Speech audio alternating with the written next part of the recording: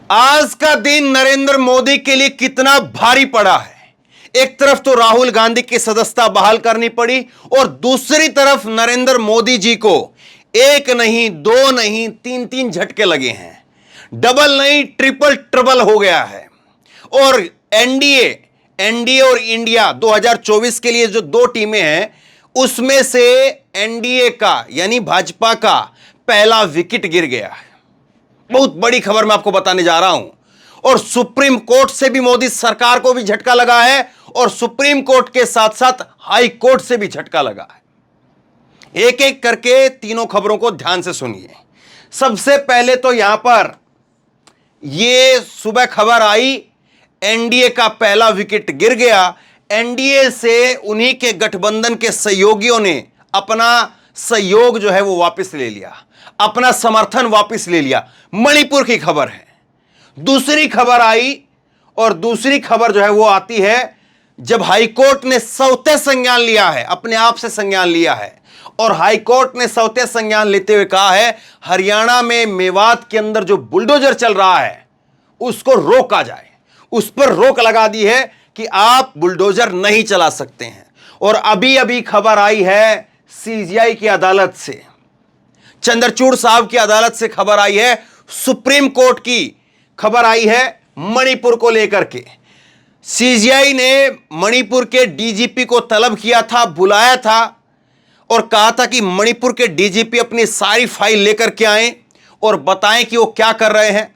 और आज मणिपुर के डीजीपी पहुंचे और पहुंचने के बाद यहां पर सुप्रीम कोर्ट ने आज क्या कहा है। और जो सीबीआई बार बार मोदी सरकार जो कह रही थी, वहां पर मणिपुर की भाजपा की सरकार जो सीबीआई की रट लगा रही थी, सीबीआई की निगरानी के लिए, जांच सीबीआई करेगी लेकिन उसकी निगरानी के लिए जजों की कमेटी जो है, 3 जजों की कमेटी आज जो है वो जज साहब चंद्रचूड़ साहब ने बना दी है।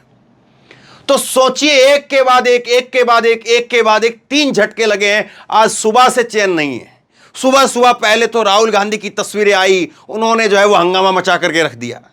और उसके बाद में खबर आती है कि मणिपुर के अंदर कुकी पीपल्स अलायंस ने भाजपा से, सरकार से समर्थन वापस ले लिया। पूरी खबर मैं आपको बताऊंगा। ये 10:25 की आज की खबर है, बीबीसी की खबर है। मणिपुर को लेकर के नूह में जारी हिंसा, बुलडोजर पर एक्शन पर पंजाब एवं हरियाणा कोर्ट ने रोक लगा दी कि आप बुलडोजर नहीं चला सकते हैं। और तीसरी खबर जो है वो 3 जजों की नियुक्ति कर दी है।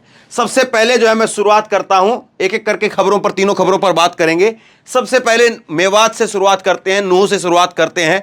बुलडोजर पर रोक लगाई है, उसके बाद में समर्थन वापस लेने वाली खबर, और फिर आखिरी में जो अभी अभी लेटेस्ट खबर आ रही है, कुछ लाइव अपडेट भी मैं आपके सामने रखूंगा जो मणिपुर को लेकर के है, फिर उस पर बात करेंगे। तो गहराई से देखते रहिए आप, क्योंकि जरूरी खबर है, तीनों की तीनों इंपॉर्टेंट खबर है। देखिए, हरियाणा के मेवात में, नूह में जो हिंसा हुई है उसको लेकर के बुलडोजर एक्शन जो है सरकार ने चला दिया। क्योंकि वहां पर सब कह रहे थे भाई योगी चाहिए, भाजपा के लोग कहने लगे भाई योगी चाहिए। लेकिन सबको पता है योगी के मॉडल में दिक्कत क्या है। योगी के मॉडल में दिक्कत यह है कि वो एक ही तरफ का पहिया चलता है। अगर दोनों तरफ चले तो समझ में आती है बात कि ठीक है, प्रशासन अपना काम कर रहा है तो करे, लेकिन किस तरह से काम करता है वो सबको मालूम है। वही दिक्कत यहां पर आ गई। और हरियाणा सरकार द्वारा नूह में जो बुलडोजर चलाया जा रहा था, उस पर पंजाब और हरियाणा हाईकोर्ट ने स्वतः संज्ञान लिया है और आदेश जारी कर दिया है। क्या आदेश जारी किया है? यह आदेश है, ये 37 जगहों के ऊपर जो है बुलडोजर चल चुका है। नूह में अब तक 37 जगहों पर 57 एकड़ जमीन पर अवैध निर्माण जो है वो हटा दिए गए हैं। अब देखिए, गजब बात यह है, भारत में भाजपा की सरकार है, कांग्रेस की सरकार है और किसी की भी सरकार हो, लेकिन अवैध निर्माण तभी पता चलता है जब दंगा हो जाता है। अवैध निर्माण तभी पता चलता है जब कुछ जो है वो उठापटक हो जाती है, उसके बाद अवैध निर्माण निकल करके आता है। चाहे वो यूपी हो, चाहे वो हरियाणा हो, चाहे वो और कोई सा प्रदेश हो, चाहे वो मध्य प्रदेश हो, अवैध निर्माण जो है वो उसकी तत्काल रातों रात खोज हो जाती है। उससे पहले अवैध निर्माण कहाँ हो रहा है, क्या हो रहा है, पता नहीं चलता है। पुलिस थानों के बाहर, मेवात में जिस तरह से वो झुग्गियाँ, जिस तरह से चाय की टपरी, जिस तरह से पेंचर वालों के ठेले हटा रहे हैं, अगर जाकर के देखेंगे ऐसे अवैध निर्माण अगर देखेंगे तो पुलिस थाने के अंदर अवैध निर्माण मिल जाएंगे। पुलिस थानों के अंदर जो है वो आपको चाय की टपरी और ये फलां फलां के जो है खोखे आपको रखे हुए मिल जाएंगे, अगर आप अवैध निर्माण की बात करते हैं तो ये सब चीजें हो रही हैं। 57 एकड़ जमीन पर जो है वो बुलडोजर चला है, उस पर जो है वो हटा दिया गया है अवैध निर्माण, जिसको बताया जा रहा है कि अवैध निर्माण है, वो हटा दिया गया है। नूह में अब तक 162 स्थायी और 591 अस्थायी निर्माण गिराए जा चुके हैं। इतना ही नहीं, नूह के पुन्हाना, पिंगनवा, नगीना, टोरू और फिरोजपुर झिरका में प्रशासन की अलग अलग टीमों ने अर्धसैनिक बलों को तैनात कर दिया है। पुलिस के साथ में पहुंच करके अतिक्रमण को हटाया जा रहा है। आरोप यह है कि यहां पर कई अवैध निर्माण थे, ओके, और उन पर होटलों के अवैध तरीके से उनको बनाया गया, जहां से दंगाई पथराव कर रहे थे। हरियाणा पुलिस ऐसी सभी इमारतों की पहचान कर रही है जहां से पत्थर फेंके गए। पुलिस अधिकारियों का कहना है कि ऐसी सभी इमारतों पर एक्शन होगा, लेकिन यहां पर हरियाणा और पंजाब हाईकोर्ट का कहना है कि आप जो एक्शन कर रहे हैं, जो बुलडोजर चला रहे हैं, उसको फौरन रोक दीजिए। अब देखिए, रोकने की बात तो तब समझ में आएगी ना जब वहां पर निगरानी भी हो। कायदे से हरियाणा पंजाब कोर्ट हो या और दूसरा कोई हाई कोर्ट हो, उसको ऐसे निर्देश जारी करने के साथ साथ एक कमेटी बनाई जानी चाहिए कि हमारे आदेश का पालन भी हो रहा है या नहीं हो रहा है। सबसे ज्यादा इसकी शिकायत जो है वो सुप्रीम कोर्ट कर चुका है, और सुप्रीम कोर्ट कह रहा है, बार बार कई बार सुप्रीम कोर्ट ने कहा है कि हमारे दिए हुए फैसलों को उत्तर प्रदेश के प्रशासन जो है वो लागू नहीं करता है। ये हमारे फैसले देने के बाद भी उत्तर प्रदेश की पुलिस प्रशासन जो है उसको मानता नहीं। अब वही बात यहां पर भी होगी। यहां पर जब बुलडोजर रोकने की बात आ गई है, हाईकोर्ट ने स्वतः संज्ञान लिया, इसका मतलब बहुत ज्यादा हो जाता है कि हालात वहां पर इतने खराब हैं कि बात हाईकोर्ट तक पहुंच गई है और हाईकोर्ट को खुद स्वतः संज्ञान लेना पड़ रहा है। लेकिन क्या वाकई उसको रोका भी जाएगा, सवाल यह है। और उसको रोका नहीं जाता है, आदेश आ जाता है, लेकिन आदेश फाइलों में दबा रह जाता है, उसको कोई खोलता नहीं, दिखाता नहीं, पढ़ाता नहीं है। कायदे से ये आदेश जारी करने के साथ साथ जो एक कमेटी भी बनानी चाहिए, और वो कमेटी जो है वो ग्राउंड पर जाकर के देखे कि पुलिस कोर्ट के आदेश की पालना कर भी रही है या नहीं कर रही है। एक खबर तो ये मेवात को लेकर के रही, बड़ी खबर है जो भी हो, लेकिन कम से कम जो है वो हरियाणा में पंजाब हाई कोर्ट ने, हरियाणा हाई कोर्ट ने जो है वो फैसला लिया। दोनों का एक ही हाई कोर्ट है, ज्वाइंट हाई कोर्ट है हरियाणा और पंजाब का, और ज्वाइंट ही राजधानी है। उसने फैसला तो लिया कम से कम, तो कुछ तो जो है वो इसका असर जरूर रहेगा जमीन पर। ये एक अच्छी उम्मीद की किरण है। अब देखिए इस खबर पर आइए। पहला विकेट जो है वो गिरा है, और पहला विकेट क्या है? कुकी पीपल्स अलायंस ने बीजेपी सरकार से अपना समर्थन वापस ले लिया। बीबीसी की खबर है, कुकी पीपल्स अलायंस केपीए ने अपना समर्थन बीरेन सिंह की सरकार से वापस लेने का ऐलान कर दिया है। और मणिपुर की राज्यपाल अनसुईया उइके को भेजे एक पत्र में केपीए के अध्यक्ष तोंगमांग हाकोपी ने कहा कि मौजूदा स्थिति के कारण प्रदेश सरकार के समर्थन जारी रखने का कोई मतलब नहीं रह गया है। ऐसे में केपीए मणिपुर सरकार से अपना समर्थन वापस लेता है। हालांकि केपीए के 2 विधायकों, इनके नाम है किमनो हेंगा सिंह और चिनलुनथांग, ये इनका नाम है, और समर्थन ये वापस लेने के बावजूद मणिपुर में भाजपा की सरकार जो है उस पर खास फर्क असर नहीं पड़ेगा, ये संभावना है। अब वो क्यों असर नहीं पड़ेगा, जरा ये मानचित्र आप देखेंगे तो समझ में आएगा। देखिए ये जो मणिपुर की जो असेंबली है उसमें 60 सीटें हैं, और ये 2022 का असेंबली इलेक्शन दिखा रहा हूं आपको। 60 सीटें हैं, और 60 सीटों में से 31 जो है वो बहुमत के लिए चाहिए। बीजेपी के पास में 29 सीटें हैं, कांग्रेस के पास में 10 सीटें हैं, एनपीपी के पास में 10 हैं, जेडीयू के पास 3 हैं, अन्य 8 हैं। और इसमें अगर आप देखेंगे तो एनपीपी जो है वो भी सहयोगी है, तो और केपीए जो इसके 2 विधायक थे वो भी सहयोगी है। लेकिन एक राजनीतिक संदेश साफ तौर पर जाता है कि हालात वहां पर इस कदर बेकाबू हो रहे हैं कि मौजूदा सरकार को लेकर के किसी का विश्वास है नहीं। और फिर भी मोदी साहब हैं कि वो नैतिकता उनमें जरा सी भी बची है तो अपने मुख्यमंत्री का इस्तीफा लें, क्योंकि वहां पर खुद जो है बीजेपी के विधायक जो हैं वो नाराज हैं। बीजेपी के साथ साथ जो एनपीपी यहां पर पार्टी जिसके 10 विधायक हैं, एनपीपी के विधायक आकर के सामने कह चुके हैं कि हम जो है इनसे खुश नहीं हैं, और बीजेपी के सांसद दुखी हैं। कायदे से तो जो अविश्वास प्रस्ताव संसद में लाया जा रहा है, एक अविश्वास प्रस्ताव जो है वहां पर भी लाया जाना चाहिए मणिपुर के अंदर, और पता चलना चाहिए कि कितने लोग जो है मणिपुर में वो इनके साथ में हैं, बीजेपी की सरकार के साथ में है। पता चल जाएगा कितने लोग साथ में हैं। साथ में लोग नहीं है, भाजपा के लोग साथ में नहीं है। तो आंकड़ों के लिहाज से अभी कोई फर्क नहीं पड़ेगा, लेकिन भविष्य जो है वो अंधकार में है, इसमें कोई दो राय नहीं है। अब देखिए राजनीतिक प्रतिक्रिया आई है एक, वो मैं आपको दिखाता हूं। अखिलेश यादव ने कहा है कि दुनिया में ऐसी कोई जगह नहीं है जहां मणिपुर की घटना की निंदा न हुई हो। क्या हम उपेक्षा नहीं कर सकते कि नेता सदन इस पर कुछ बोले? हम जानते हैं कि भाजपा के मुख्यमंत्री के रूप में आपकी बहुत मजबूरियां हैं, लेकिन हम एक सच्चे योगी के रूप में आपसे बोलने की उपेक्षा करते हैं। ये कहां पर प्रतिक्रिया आई है? ये उत्तर प्रदेश की सदन के अंदर, विधानसभा में, उत्तर प्रदेश की विधानसभा के अंदर हंगामा हुआ है मणिपुर को लेकर के। और वहां पर अखिलेश यादव, चूंकि वो विधायक है, उन्होंने संसदीय से इस्तीफा देकर के विधायक का चुनाव लड़ा था, तो उत्तर प्रदेश में इन्होंने कहा विधानसभा के अंदर योगी आदित्यनाथ से कि आप जो है वो प्रस्ताव पास करिए और वहां पर जो कुछ हो रहा है उसकी निंदा कीजिए। ये खबर आई है। अब इसके बाद में जो बड़ी खबर है वो खबर आप मणिपुर को लेकर के देखिए। मणिपुर को लेकर के जो बड़ी खबर है, सुप्रीम कोर्ट के अंदर जो खबर आनी सामने, और ये देखिए, ये है साहब, ये है मणिपुर के डीजीपी, ये मणिपुर के डीजीपी हैं, और इनको जो है वो सुप्रीम कोर्ट ने कहा था कि आप आइए।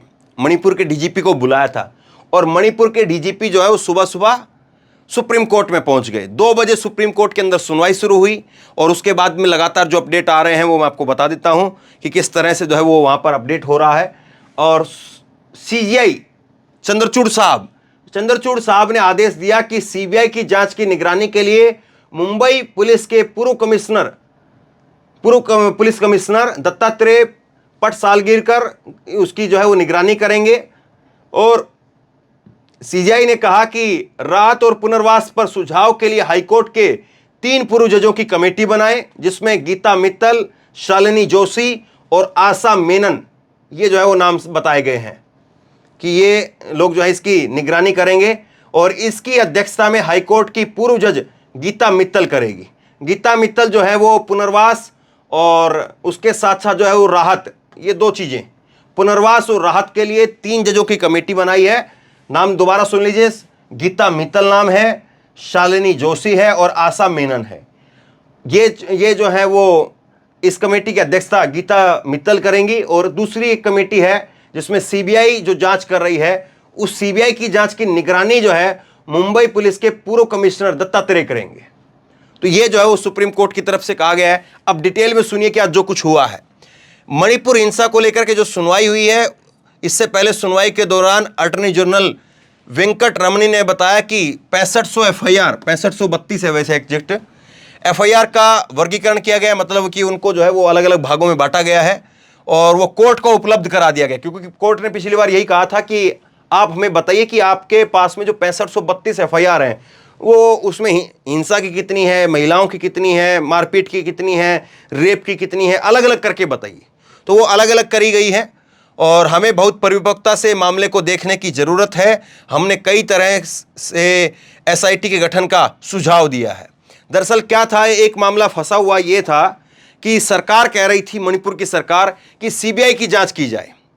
हालांकि सीबीआई की जांच वैसे विपक्ष करता है, लेकिन आजकल संस्थाओं की इतनी बदनामी हो गई है कि अब विपक्ष जो है वो सीबीआई की जांच की मांग नहीं करता है। उल्टा इस मामले में ये हुआ कि सरकार कहती रही कि सीबीआई से जांच कराएंगे, और जो पीड़िता है, जो महिलाएं हैं जिनको नंगा करके परेड कराया गया, उन्होंने कहा कि हमारी जांच सीबीआई से मत करवाइए और हमारे इस केस को जो है वो आप असम के अंदर ट्रांसफर मत करिए। अब उसको लेकर के फिर एसआईटी बनाई जाए, ये बातें निकल करके सामने आई। और एसआईटी में फिर कौन कौन लोग रहेंगे, ये चीजें निकल करके सामने आई। तो आज जो मणिपुर की सरकार ने अपनी तरफ से जो जो सुझाव दे सकती थी वो दिए हैं। उन्होंने कहा कि हत्या के मामलों में जांच करने वाली एसआईटी का नेतृत्व एसपी रैंक के अधिकारी करेंगे। महिलाओं के साथ दुर्व्यवहार के मामलों में जांच के लिए वरिष्ठ महिला अधिकारी के नेतृत्व में एसआईटी बनेगी। इस तरह से और भी एसआईटी हैं। डीजीपी, डीजीआई उनसे रिपोर्ट लेंगे और हर 15 दिन में डीजीपी समीक्षा करेंगे। तो अब जो है वो गेम ये है, और अब कुल मिलाकर के बात ये है कि मणिपुर को लेकर के सरकार जो है वो संसद के अंदर, सुप्रीम कोर्ट के अंदर, सब जगह पर फंसी हुई है। और सरकार जो है वो अब ये कह रही है कि माई बाप कैसे भी कर लीजिए, आप जो कमेटी बनाना चाहें वो कमेटी बना लीजिए, सुप्रीम कोर्ट को कह रही है एक तरह से। दूसरी बात यह है कि आप एसआईटी बनाना चाह रहे हैं तो हम एसआईटी के लिए तैयार हैं, आप अगर खुद निगरानी करना चाह रहे हैं, मॉनिटरिंग करना चाह रहे हैं तो हम उसके लिए तैयार हैं। लेकिन सीजीआई जो है वो मानने के लिए बहुत सारी चीज़ें आज तैयार नहीं थे जो सरकार की तरफ से कही गई। उसमें जो कुछ एक बातें हैं वो इंपॉर्टेंट बातें, वो मैं लाइव अभी अपडेट जो आ रही है वो मैं आपको बताता हूं।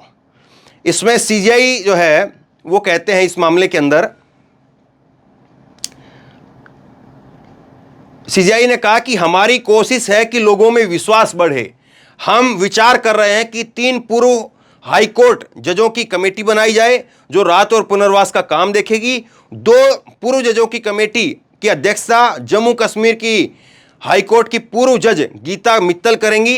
2 अन्य सदस्य जस्टिस सालनी और जोशी मित्तल और आशा मेनन होंगी। और दूसरे राज्यों की पुलिस के अधिकारी जो हैं वो टीम में शामिल करें। ये जो है वो एक चेक एंड बैलेंस के लिए होता है कि आप केवल ऐसा नहीं कि अपने ही राज्यों के अधिकारियों से जो है जांच करवाएंगे, दूसरे राज्यों से कुछ अधिकारियों को बुलाएं और उनको चार्ज दें और उनको भी इसमें शामिल करें। चंद्रचूड़ साहब ने कहा कि 11 एफआईआर सीबीआई को ट्रांसफर कर दी गई है, इसमें हम दखल नहीं देंगे, लेकिन हम निर्देश देंगे कि कम से कम सीबीआई 5 अधिकारी डिप्टी एसपी या एसपी रैंक के हों और ये अधिकारी दूसरे राज्यों की पुलिस से हों या स्थानीय लोगों से हिंदी में बात कर सके, लेकिन स्थानीय लोगों से हिंदी में बात कर सके। सीबीआई जांच की निगरानी मुंबई पुलिस के पूर्व कमिश्नर दत्तात्रेय करेंगे। और सुप्रीम कोर्ट ने निर्देश दिया है, उन्होंने राज्य सरकार से कहा है कि 42 एसआईटी बनाने की बात कही है सुप्रीम कोर्ट। 42 एसआईटी, समझ रहे हैं आप? कहीं पर कोई एक घटना होती है, मान लीजिए जैसे कि हाथरस की एक जो है कोई घटना हो गई है, तो उसको लेकर के एक एसआईटी बनाई जाती है कि हाथरस की घटना जो है उसकी जांच करने के लिए एक एसआईटी बनेगी, स्पेशल इन्वेस्टिगेशन टीम। एसआईटी की फुल फॉर्म ये है। लेकिन यहां पर क्योंकि पूरा राज्य जो है वो जल रहा, पूरा राज्य जो है वो तहस-नहस है, इसलिए कुल मिलाकर के 42 एसआईटी बनेंगी। और सीजीआई ने कहा है, चंद्रचूड़ साहब ने, कि हर एसआईटी में कम से कम एक इंस्पेक्टर सदस्य हो जो दूसरे राज्य की पुलिस से होगा। यह बहुत इंपॉर्टेंट बात है। उसके बाद में आगे वो कहते हैं कि दूसरे राज्यों से डीआईजी रैंक के 6 अधिकारी हों जो 42 एसआईटी के ऊपर निगरानी करेंगे। समझिए कितनी इंपॉर्टेंट बात जो है सीजीआई ने यहां पर की है और कैसे फंसाने का काम किया एक तरह से इनको। देखिए ये कह रहे हैं कि एसआईटी जो है वो बनाई जाए, केवल सीबीआई के भरोसे नहीं छोड़ेंगे। 42 एसआईटी कुल बनेंगी और 42 एसआईटी के अंदर, हर एसआईटी के अंदर एक इंस्पेक्टर लेवल का अधिकारी वो जो है वो दूसरे राज्यों की पुलिस से होगा। मान लीजिए कि जैसे कि दिल्ली से कोई एक इंस्पेक्टर रैंक का अधिकारी है और उसको कहा जाएगा कि आप जाकर के मणिपुर के अंदर अध्यक्षता करिए। 42 ऐसे ही अलग अलग इंस्पेक्टर बुलाए जाएंगे अलग अलग राज्यों से, उनको एसआईटी की जो है वो जांच के लिए अध्यक्षता दी जाएगी। और इसके साथ साथ इन 42 के ऊपर निगरानी करने के लिए 6 डीआईजी जो है, ये सबसे इंपॉर्टेंट है, 6 डीआईजी इनके ऊपर रहेंगे जो इनसे जो है वो करीब करीब जो है 7 एसआईटी जो है वो एक डीआईजी के पास में रहेगी। एक डीआईजी वो 7 एसआईटी को देखेगा कि यहां पर बताइए आपने क्या किया है, क्या बातें हुई है, और अलग अलग। तो बहुत एक जो है वो मजबूती के साथ में, कम से कम सुप्रीम कोर्ट जो है वो बहुत एक प्रैक्टिकल काम और बहुत एक जो जरूरी काम है वो सुप्रीम कोर्ट की तरफ से यहां पर दिख रहा है। और इसीलिए सरकार जो है वो पूरी तरह से यहां पर फंसी हुई नजर आ रही है।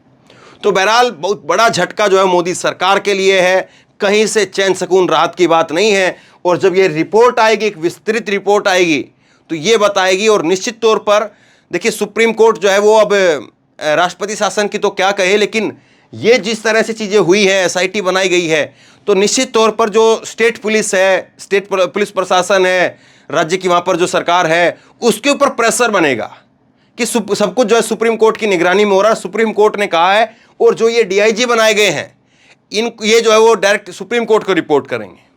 तो बहुत बड़ी खबर है और मैंने कोशिश की है तीनों खबरों को समेट करके आसान भाषा में आप तक पहुंचाने की। आप लोगों तक जो है इस खबर को पहुंचाइए और